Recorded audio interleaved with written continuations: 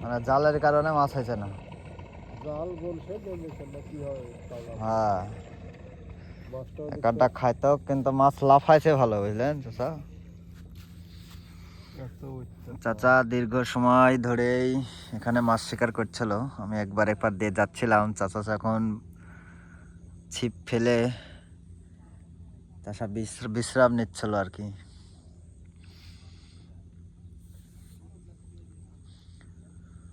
আজকে সব জায়গাতেই মাছ একটু কমই হচ্ছে।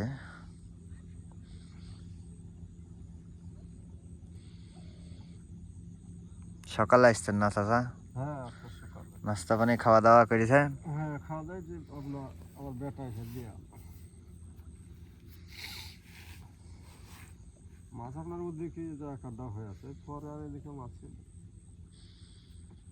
না, ওখানে পাইছে, তাও দু একজন পাইছে। ওগুলা মাছ হলো 5-6 কেজি করে মাছ লাগবে, তাহলে তো মাছ। নদী না, পুকুর হলে তো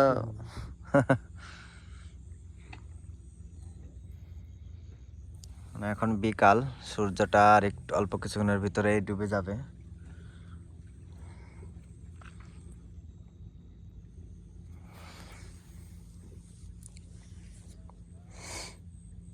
খাচ্ছেও না না চাচা? না না, একটা ঠোকা না, একটা ঠোকাও দিছে না।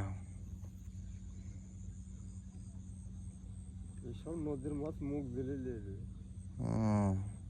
বড় মাছ এরা তো আর খাইতে পায় না, না, মানে একটু খাওয়ার ফলে অমনি লিলিবে, কিন্তু আসতে তো হবে ছিপের কাছে। বংশীর কাছ তো আসতে হবে।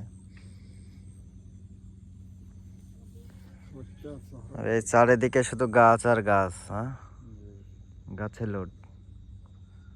যেদিকেই তাকাচ্ছি শুধু গাছ, আর এই বন ভেঙে যাচ্ছে আর কি। বিশাল বড় বন। মাছ লাফাচ্ছে, মাছ লাফাচ্ছে কিন্তু বংশীতে খাচ্ছে না, এই হলো সমস্যা।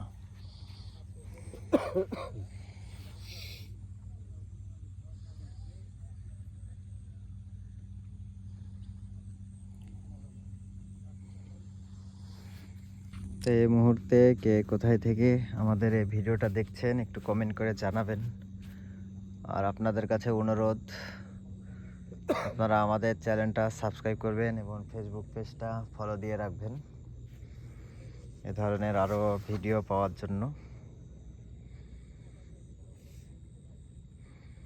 মাঝে মাঝে চেক করছেন না যে টোপ আছে না চলে গেল? না, আমাদের এই টোপ হারাবে না। কি টোপ দিয়েছেন? লাড্ডু, কাতলের লাড্ডু। হারায় না এগুলো? না, খুব মেডিসিন দিয়ে তৈরি করা আছে, কিন্তু তুলতে গেলেই দেখা যাচ্ছে ইয়া হয়ে যাবে না। তুলতে গেলে খুশি হবে। কতক্ষণ আগে টোপ লাগাইছেন? আধা ঘন্টা। তাহলে তো বেশি না।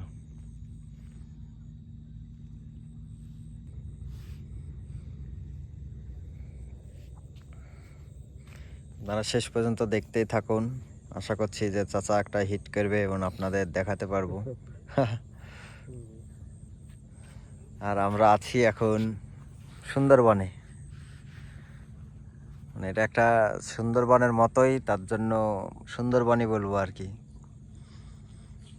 দেখেন নদীর পাশে কিন্তু সেই বিশাল বন, তারপরে আবার সরিষার ফুল লাগানো, গাছ লাগানো, আর তার পাশেই হচ্ছে এই নদী।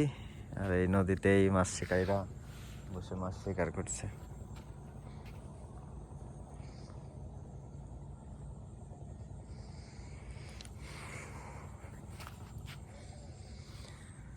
এই মুহূর্তে যারা আসলেন তারা অবশ্যই আমার চ্যানেলটা সাবস্ক্রাইব করবেন এ ধরনের আরও ভিডিও পাওয়ার জন্য।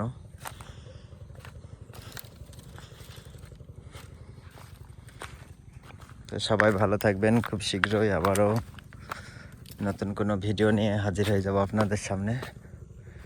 সেই সময় পর্যন্ত আপনারা ভালো থাকবেন।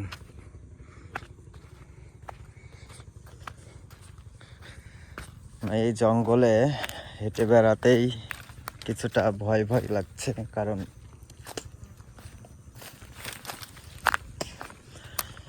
রাসেল ভাইফারের পেয়ারা।